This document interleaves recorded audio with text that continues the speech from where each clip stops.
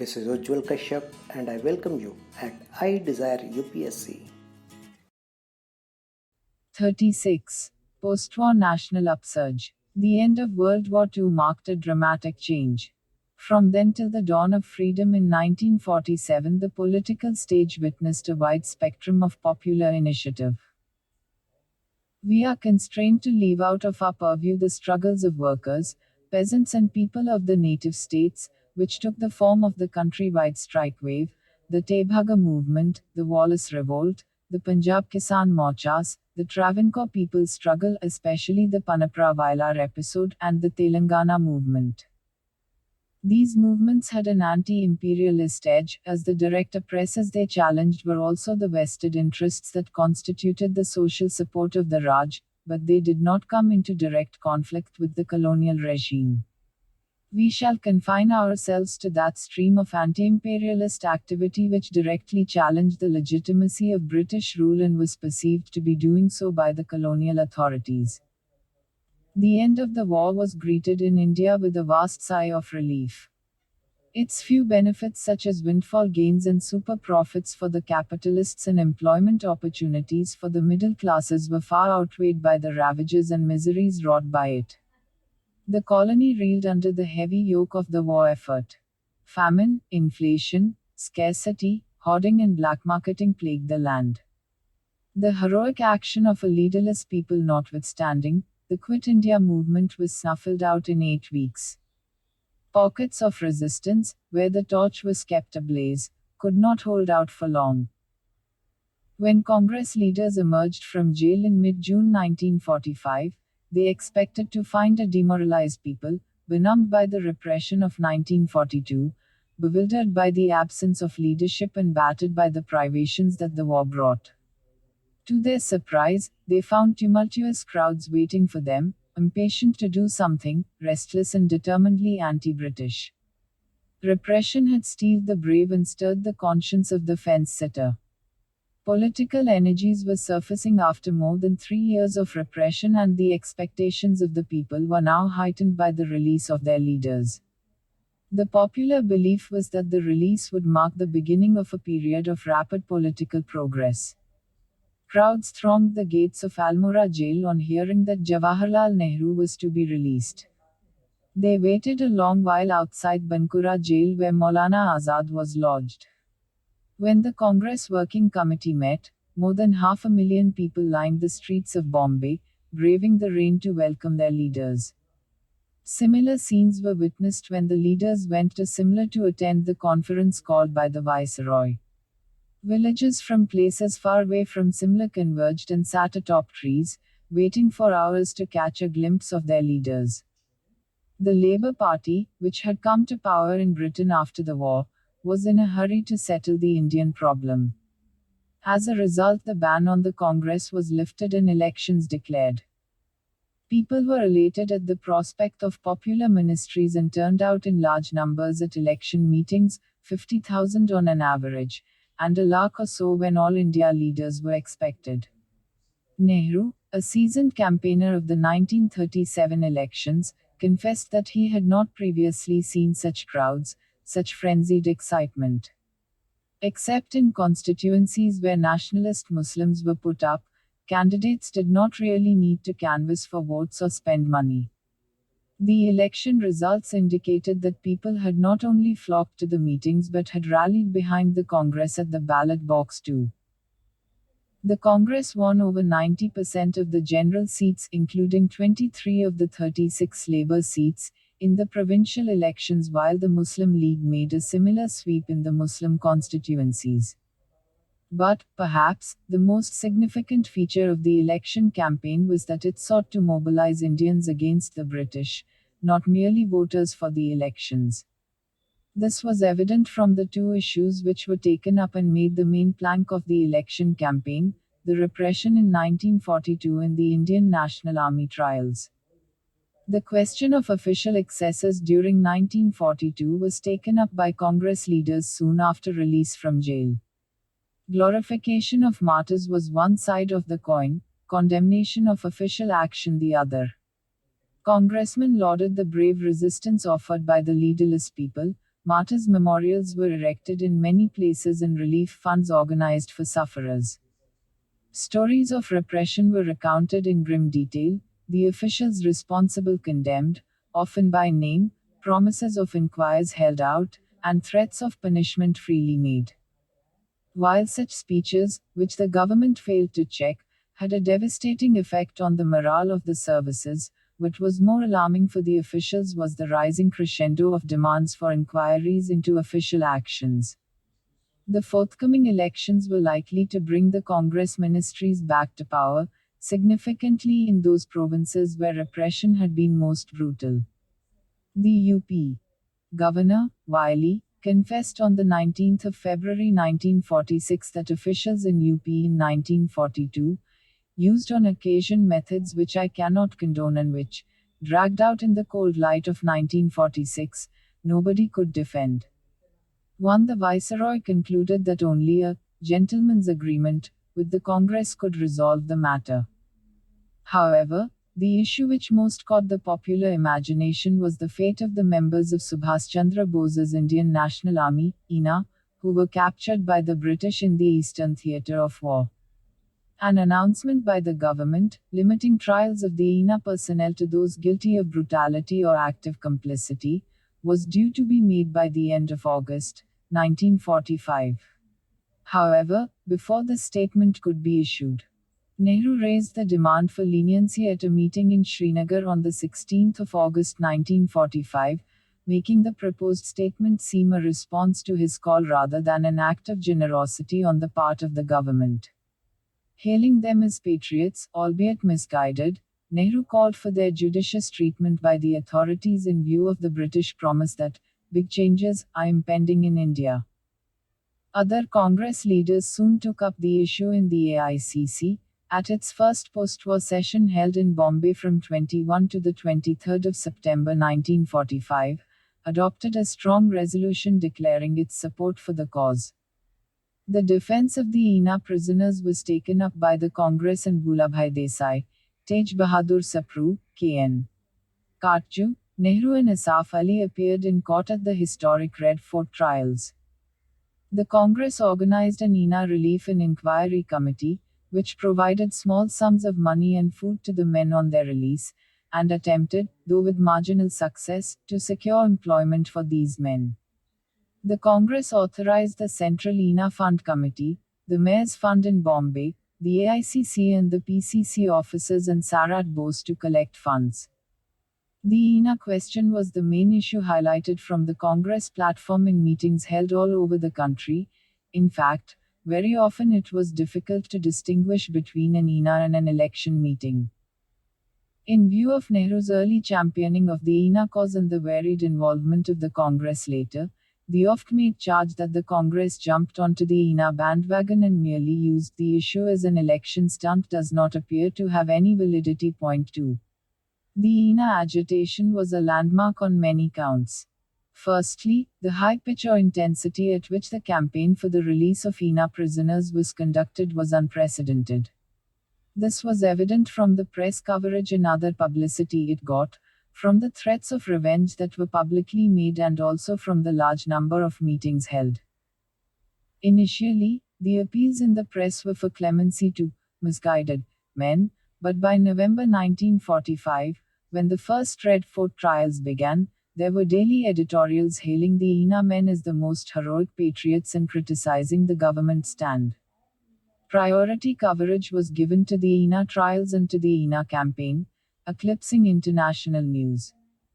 Pamphlets, the most popular one being Patriots Not Traitors, were widely circulated. Jaya Hind and Quit India was scrawled on walls of buildings in Ajmer. Posters threatening death to 20 English dogs for every INA man sentenced were pasted all over Delhi. In Banaras, it was declared at a public gathering that, if INA men were not saved, revenge would be taken on European children.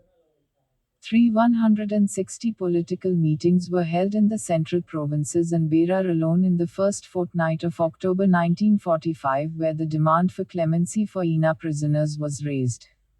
INA Day was observed on the 12th of November and INA Week from 5 to the 11th of November 1945. While 50,000 people would turn out for the larger meetings, the largest meeting was the one held in Deshapriya Park, Calcutta.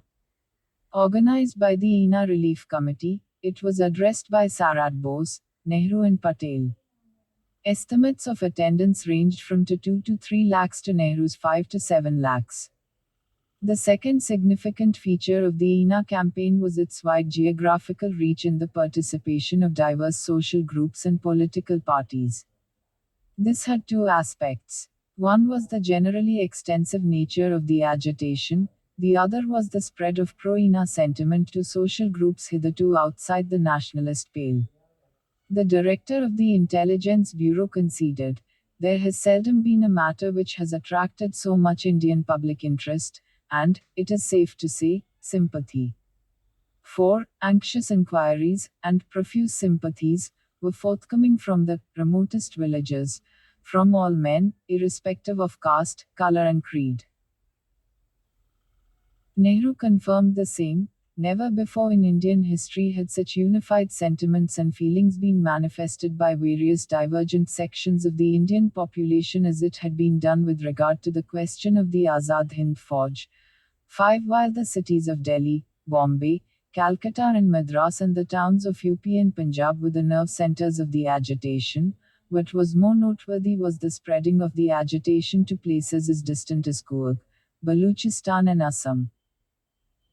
Participation was of many kinds, some contributed funds, others attended or organized meetings, shopkeepers downed shutters and political parties and organizations raised the demand for the release of the prisoners.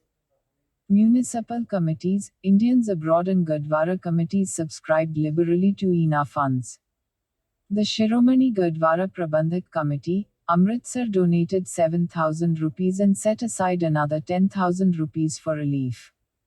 The Pune City Municipality, the Kanpur City Fund and a local district board in Madras Presidency contributed 1,000 rupees each.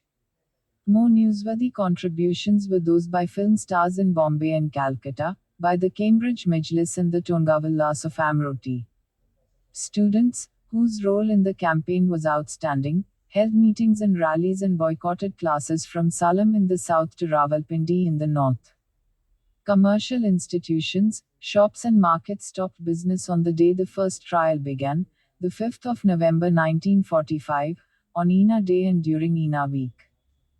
Demands for release were raised at Kisan conferences in Dhamangong and Solapur on the 16th of November 1945 and at the 10th session of the All India Women's Conference in Hyderabad on the 29th of December 1945.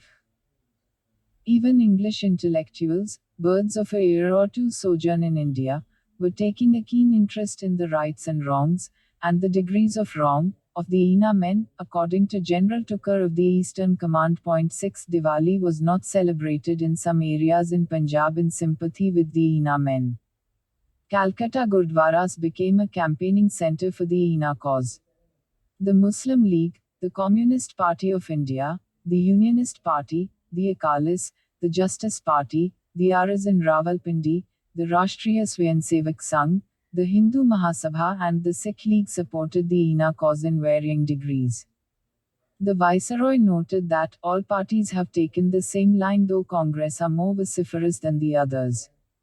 7. The most notable feature of the INA agitation was the effect it had on the traditional bulwarks of the Raj.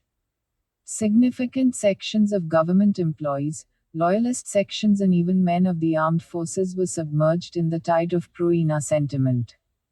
Many officials saw in this a most disquieting trend. The governor of Northwest Frontier Province warned that, every day that passes now brings over more and more well-disposed Indians to the anti-British camp. 8. The director of the Intelligence Bureau observed that, sympathy for the INA is not the monopoly of those who are ordinarily against government, and that it was usually the case that INA men belonged to families which had traditions of loyalty. 9. In Punjab, to which province 48.07% of the INA men released till February 1946 belonged, the return of the released men to their villages stimulated interest among groups which had hitherto remained politically unaffected. Local interest was further fueled by virtue of many of the INA officers belonging to influential families in the region. P.K. Sehgal, one of the trio tried in the first Red Fort trial, was the son of Dewan Ram, an ex-judge of the Punjab High Court. The gentlemen with titles who defended men accused of wartime treason did not glorify the action of INA men. They appealed to the government to abandon the trials in the interest of good relations between India and Britain.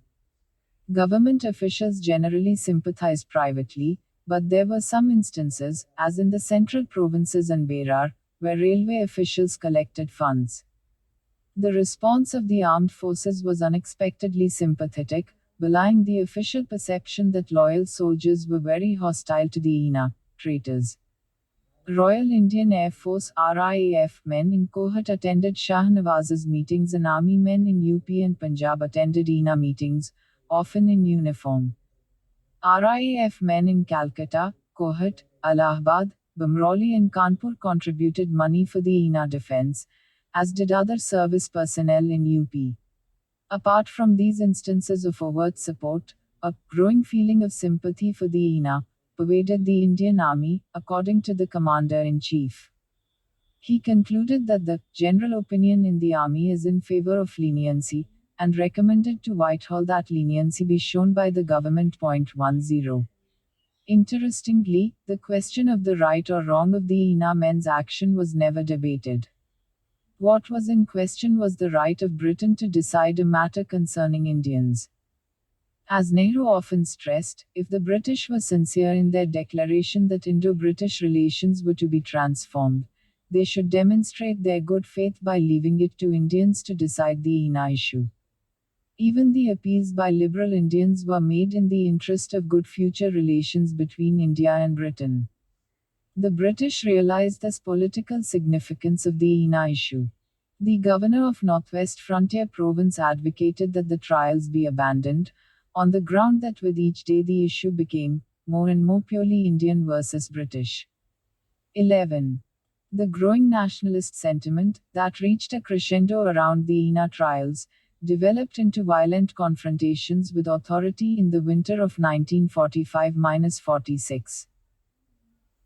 There were three upsurges, one on the 21st of November 1945 in Calcutta over the INA trials, the second on the 11th of February 1946 in Calcutta to protest against the 7-year sentence given to an INA officer, Rashid Ali, and the third in Bombay of the 18th of February 1946 when the ratings of the Royal Indian Navy, RIN, went on strike.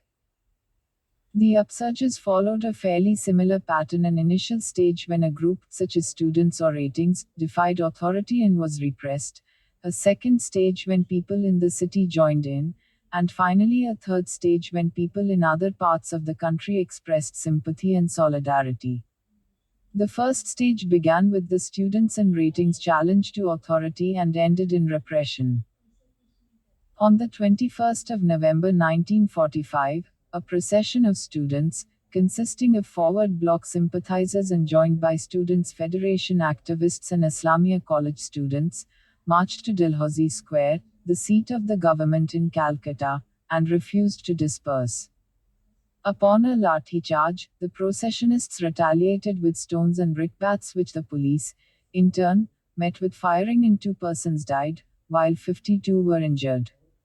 On the 11th of February 1946, Muslim League students led the procession, Congress and Communist student organizations joined in, and this time some arrests were made on Dharamatola Street. This provoked the large body of students to defy Section 144 imposed in the Dalhousie Square area, and more arrests, in addition to a lathi charge, ensued. The Rin Revolt started on the 18th of February when 1100 naval ratings of HMIS Talwar struck work at Bombay to protest against the treatment meted out to them, flagrant racial discrimination, unpalatable food and abuses to boot. The arrest of B.C. Dutt, a rating, for scrawling, "Quit India," on the HMIS Talwar, was sorely resented. The next day, ratings from Castle and Fort Barracks joined the strike, and on hearing that the HMIS Talwar ratings had been fired upon, which was incorrect, left their posts and went around Bombay in lorries, holding aloft Congress flags, threatening Europeans and policemen and occasionally breaking a shop window or two. The second stage of these upsurges, when people in the city joined in, was marked by a virulent anti-British mood and resulted in the virtual paralysis of the two great cities of Calcutta and Bombay. Meetings and processions to express sympathy, as also strikes and hartals, were quickly overshadowed by the barricades that came up, the pitched battles fought from housetops and by lanes, the attacks on Europeans, and the burning of police stations, post offices, shops, tram depots, railway stations, banks, grain shops, and even a YMCA center. This was the pattern that was visible in all the three cases. The Rin Revolt and popular fury in Bombay alone accounted for, according to official estimates, the destruction of 30 shops, 10 post offices, 10 police chowkis, 64 food grains shops, and 200 street lamps. Normal life in the city was completely disrupted. The communist call for a general strike brought lakhs of workers out of their factories into the streets. Hartals by shopkeepers, merchants and hotel owners, and strikes by student workers, both in industry and public transport services, almost brought the whole city to a grinding halt. Forcible stopping of trains by squatting on rail tracks, stoning and burning of police and military lorries, and barricading of streets did the rest. The third phase was characterized by a display of solidarity by people in other parts of the country. Students boycotted classes, hartals and processions were organized to express sympathy with the students and ratings and to condemn official repression. In the Rin Revolt, Karachi was a major center, second only to Bombay. The news reached Karachi on the 19th of February, upon which the HMIS Hindustan, along with one more ship and 3 shore establishments, went on a lightning strike. Sympathetic token strikes took place in military establishments in Madras, Vishakhapatnam, Calcutta, Delhi, Kochi, Jamnagar, the Andamans, Bahrain and Aden. 78 ships and 20 shore establishments, involving 20,000 ratings, were affected. RAF men went on sympathetic strikes in the Marine Drive, Andheri and Sion areas of Bombay and in Pune, Calcutta, Jessore and Ambala units. Sepoys at Jabalpur went on strike while the Colaba cantonment showed ominous restlessness. What was the significance of these events? There is no doubt that these three upsurges were significant in as much as they gave expression to the militancy in the popular mind. Action, however reckless, was fearless, and the crowds which faced police firing by temporarily retreating, only to return to their posts, won the Bengal governor's grudging admiration. The Rin Revolt remains a legend to this day. When it took place, it had a dramatic impact on popular consciousness. A revolt in the armed forces, even if soon suppressed, had a great liberating effect on the minds of people. The Rin Revolt was seen as an event which marked the end of British rule almost as finally as Independence Day, 1947. But reality and how men perceive that reality often proves to be different, and this was true of these dramatic moments in 1945–46. Contemporary perceptions and later radical scholarship have infused these historical events with more than a symbolic significance. 12 These events are imbued with an unrealized potential and a realized impact which is quite out of touch with reality. A larger-than-life picture is drawn of their militancy, reach and effectiveness. India is seen to be on the brink of a revolution. The argument goes that the communal unity witnessed during these events could, if built upon, have offered a way out of the communal deadlock. When we examine these upsurges closely, we find that the form they took, that of an extreme, direct and violent conflict with authority, had certain limitations. Only the most militant sections of society could participate. There was no place for the liberal and conservative groups which had rallied to the INA cause earlier, or for the men and women of small towns and villages who had formed the backbone of the mass movements in earlier decades. Besides, These upsurges were short-lived, as the tide of popular fury surged forth, only to subside all too quickly.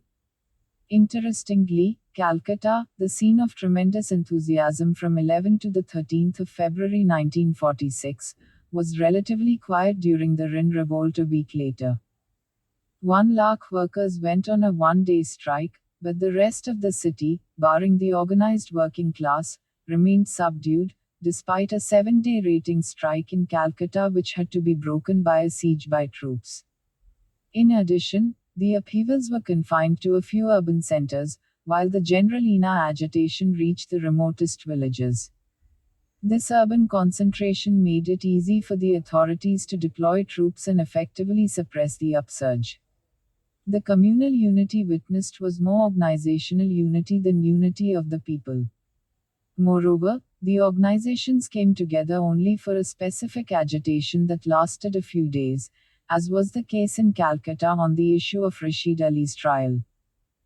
Calcutta, the scene of the almost revolution, in February 1946, according to Gautam Chattopadhyay 13, became the battleground of communal frenzy only 6 months later, on the 16th of August 1946.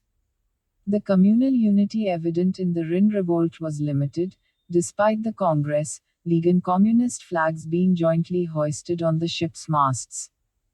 Muslim ratings went to the League to seek advice on future action, while the rest went to the Congress and the Socialists. Jinnah's advice to surrender was addressed to Muslim ratings alone, who duly heeded it. The view that communal unity forged in the struggles of 1945-46 could, if taken further, have averted partition, seems to be based on wishful thinking rather than concrete historical possibility. The unity at the barricades did not show this promise. Popular perceptions differ from reality when it comes to the response these upsurges, especially the Rin Revolt, evoked from the colonial authorities. It is believed that the Rin Revolt shook the mighty British Empire to its foundations. In fact, these upsurges demonstrated that despite considerable erosion of the morale of the bureaucracy and the steadfastness of the armed forces by this time, the British wherewithal to repress was intact. The soldier viceroy, Wavell, gave a clean chit to the army a few days after the naval strike. On the whole, the Indian army has been most commendably steady. 15 Those who believed that the British would succumb to popular pressure if only it was exerted forcefully were proved wrong. It was one thing for the British government to question its own stand of holding the INA trials when faced with opposition from the army and the people. It was quite another matter when they faced challenges to their authority. Challenges to the peace, the British were clear, had to be repressed. Events in November 1945 in Calcutta had the troops standing by, but the governor of Bengal preferred to and was able to control the situation with the police. Troops were called in on the 12th of February 1946 in Calcutta and 36 civilians were killed in the firing. Similarly, during the Rin Revolt, ratings were forced to surrender in Karachi and 6 of them were killed in the process. Contrary to the popular belief that Indian troops in Bombay had refused to fire on their countrymen, it was a Maratha battalion in Bombay that rounded up the ratings and restored them to their barracks. In Bombay, troops subdued not only the ratings but also the people, who had earlier supported the ratings with food and sympathy and later joined them in paralyzing Bombay. The British Prime Minister, Attlee, announced in the House of Commons that Royal Navy ships were on their way to Bombay. Admiral Godfrey of the Ring gave the ratings a stern ultimatum after which troops circled the ships and bombers were flown over them. The Amrit Bazar Patrika referred to the virtual steel ring around Bombay. 228 civilians died in Bombay while 1046 were injured. The corollary to the above argument is the attribution of the sending of cabinet mission to the impact of the Rin Revolt. R.P. Dutt had yoked the two together many years ago. On February 18 the Bombay naval strike began. On the 19th of February, Attlee in the House of Commons announced the decision to dispatch the cabinet mission. 16 This is obviously untenable. The decision to send out the mission was taken by the British cabinet on the 22nd of January 1946, and even its announcement on the 19th of February 1946 had been slated a week earlier. Others have explained the willingness of the British to make substantial political concessions at this point of time to the combined impact of the popular, militant struggles. However, as we shall see in the next chapter, the British decision to transfer power was not merely a response to the immediate situation prevailing in the winter of 1945-46, but a result of their realization that their legitimacy to rule had been irrevocably eroded over the years. The relationship between these upsurges and the Congress is seen as one of opposition, or at best dissociation. These agitations are believed to have been led by the Communists, the Socialists or Forward Blossists, or all of them together. The Congress' role is seen as one of diffusing the revolutionary situation, prompted by its fear that the situation would go out of its control, or by the concern that disciplined armed forces were vital in the free India that the party would rule soon. The Congress is seen to be immersed in negotiations and ministry making and hankering for power. The belief is that if the Congress leaders had not surrendered to their desire for power, a different path to independence would have emerged. In our view, the three upsurges were an extension of the earlier nationalist activity with which the Congress was integrally associated. It was the strong anti-imperialist sentiment fostered by the Congress through its election campaign, its advocacy of the INA cause, and its highlighting of the excesses of 1942 that found expression in the three upsurges that took place between November 1945 and February 1946. The Home Department's provincial level inquiry into the causes of these disturbances came to the conclusion that they were the outcome of the inflammatory atmosphere created by the intemperate speeches of Congress leaders in the last 3 months. 17. The Viceroy had no doubt that the primary cause of the Rin mutiny was the speeches of Congress leaders since September last. 18. In fact, the Punjab CID authorities warned the director of the Intelligence Bureau of the considerable danger, while dealing with the Communists, of putting the cart before the horse and of failing to recognize Congress as the main enemy. 19. These three upsurges were distinguishable from the activity preceding them because the form of articulation of protest was different. They took the form of a violent, flagrant challenge to authority. The earlier activity was a peaceful demonstration of nationalist solidarity. One was an explosion, the other a groundswell. The Congress did not give the call for these upsurges, in fact, no political organization did. People rallied in sympathy with the students and ratings as well as to voice their anger at the repression that was let loose. Individual congressmen participated actively, as did individual communists and others. Student sympathizers of the Congress Socialist Party, the Forward Bloc and the Communist Party of India jointly led the 21st of November 1945 demonstration in Calcutta. The Congress lauded the spirit of the people and condemned the repression by the government. It did not officially support these struggles as it felt their tactics and timing were wrong. It was evident to Congress leaders that the government was able and determined to repress. Vallabhbhai Patel asked the ratings to surrender because he saw the British mobilization for repression in Bombay. He wrote to Nehru on the 22nd of February 1946, "The overpowering force of both naval and military personnel gathered here is so strong that they can be exterminated altogether, and they have been also threatened with such a contingency." 20 Congress leaders were not the only ones who felt the need to restore peace. Communists joined hands with congressmen in advising the people of Calcutta in November 1945 and February 1946 to return to their homes. Communist and Congress peace vans did the rounds of Karachi during the Rin Revolt. The contention that fear of popular excesses made Congress leaders cling to the path of negotiations and compromise, and eventually even accept partition as a necessary price, 21 has little validity. Negotiations were an integral part of Congress strategy, a possibility which had to be exhausted before a mass movement was launched. As late as the 22nd of September 1945, this had been reiterated in a resolution on Congress policy passed by the AICC, the method of negotiation and conciliation, which is the keynote of peaceful policy, can never be abandoned by the Congress, no matter how grave may be the provocation, any more than can that of non-cooperation, complete or modified. Hence the guiding maxim of the Congress must remain negotiations and settlement when possible, and non-cooperation and direct action when necessary. 22. In 1946, exploring the option of negotiation before launching a movement was seen to be crucial, since the British were likely to leave India within 2 to 5 years, according to Nehru. The Secretary of State's New Year statement and the British Prime Minister's announcement of the decision to send a cabinet mission on the 19th of February 1946 spoke of Indian independence coming soon. However, pressure had to be kept up on the British to reach a settlement and to thus end preparedness for a movement, built steadily through 1945 by refurbishing the organization, electioneering and spearheading the INA agitation, was sought to be maintained. But the card of negotiation was to be played first, that of mass movement was to be held in reserve.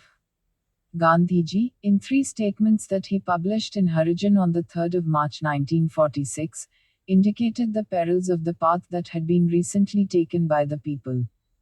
It is a matter of great relief that the ratings have listened to Sardar Patel's advice to surrender. They have not surrendered their honor. So far as I can see, in resorting to mutiny they were badly advised. If it was for grievance, fancied or real, they should have waited for the guidance and intervention of political leaders of their choice. If they mutinied for the freedom of India, they were doubly wrong. They could not do so without a call from a prepared revolutionary party.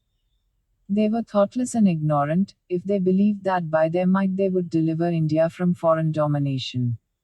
Lokmanya Tilak has taught us that home rule or Swaraj is our birthright. That Swaraj is not to be obtained by what is going on now in Bombay, Calcutta and Karachi. They who incited the mutineers did not know what they were doing. The latter were bound to submit ultimately. Aruna would rather unite Hindus and Muslims at the barricade than on the constitution front. Even in terms of violence, this is a misleading proposition. If the union at the barricade is honest, there must be union also at the constitutional front. Fighters do not always live at the barricade. They are too wise to commit suicide. The barricade life has always to be followed by the constitutional. That front is not taboo forever. Gandhiji went on to outline the path that should be followed by the nation.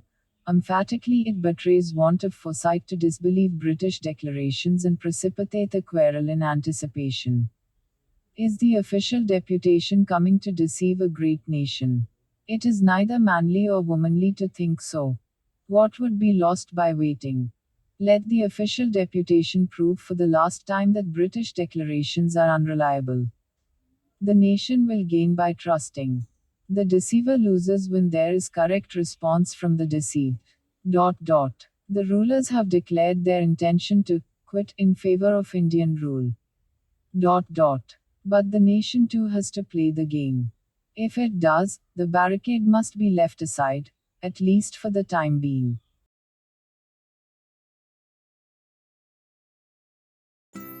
If you want to support us in our efforts, kindly subscribe to our channel, like it and share it so that others too gets its benefit.